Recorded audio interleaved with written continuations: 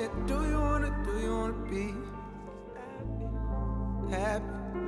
I said, do you wanna be free?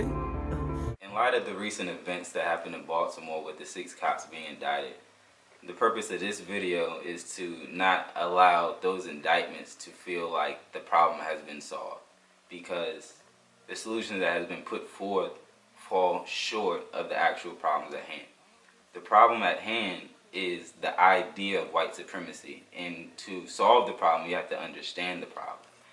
The problem with the idea of white supremacy is that it is the idea that whites are the superior race. I don't want to get this misconstrued with the idea that the problem is whites. It's just the idea of it.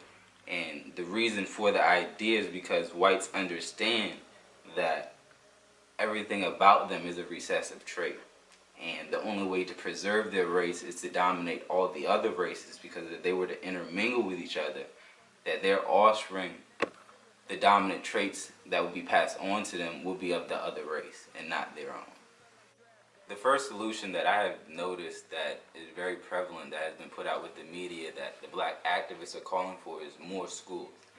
And I feel this falls short of the actual problem at hand, because the education curriculum only perpetuates the idea of white supremacy by highlighting on the achievements and accomplishments of the white people and ignoring the achievements and accomplishments of the black or colored people, but not realizing that the achievements that the whites have made would not even be here without the achievements that blacks have made. And the whole educational curriculum tests on the fact of answering questions the way that they teach it, meaning you don't have the understanding to apply the knowledge that you gain and apply it and how it could be deemed useful for you and the community around you.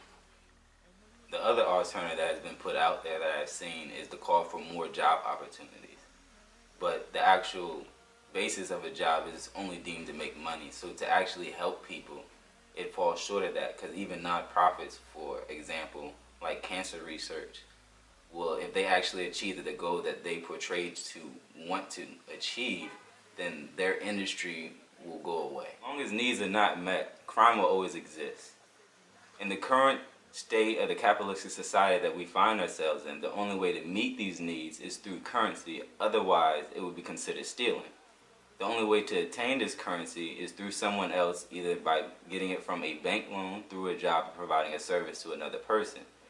It starts at the top with the Federal Reserve and the government. They only give the currency to businesses they deem appropriate, even if it is self-destructive.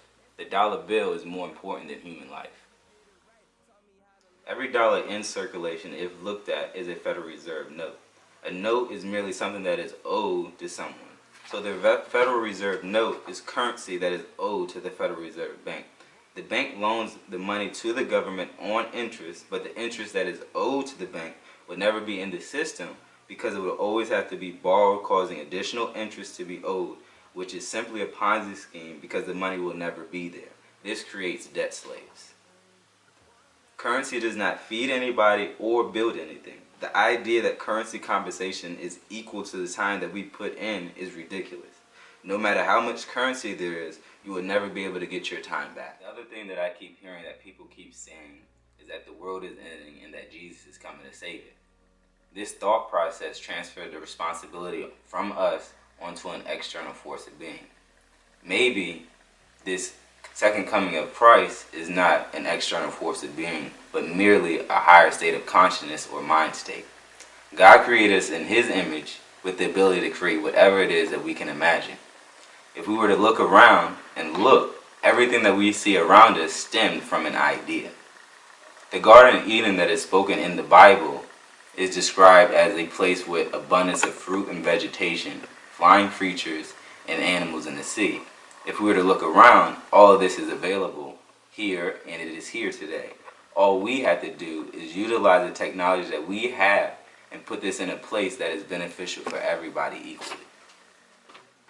With the solutions that have been put forth that I previously stated in this video, calling for more schools, more job opportunities, I've explained how they fall short of the actual problem. Merely marching and protesting is only asking for them to give to us what we can give to ourselves. Because this is relying on them to follow the rules that they have set forth. And because of what we have seen through the past year, that is going to keep reoccurring. And the same conversation is going to keep coming up. So the only way to do this is by attaining these resources through the crowdfunding sites that we have available to us, and using the tools of technology of being able to share ideas and come together. We can raise the money to buy these resources and build a community and environment that is conducive to meet the needs of everyone that is in the city. And we can do this. It is explained by Jock Fresco at thevenusproject.com, where he puts it in a way that anyone can understand, that we have to build it from the ground up, because it will be a challenge to do this in the cities that are already in place. There is a lot of undeveloped land in America that we can purchase, and we could get the resources to build this city and make sure that everyone has all their needs met and conducive to follow their passion and reach their full potential. The Declaration of Independence, which this country was founded on, states that all men are created equal, that they are endowed by their Creator with certain unalienable rights, that among these are life, liberty, and the pursuit of happiness, that whenever any form of government becomes destructive to these ends, it is the right of the people to alter it or abolish it. One man could change the world. One man could change the world.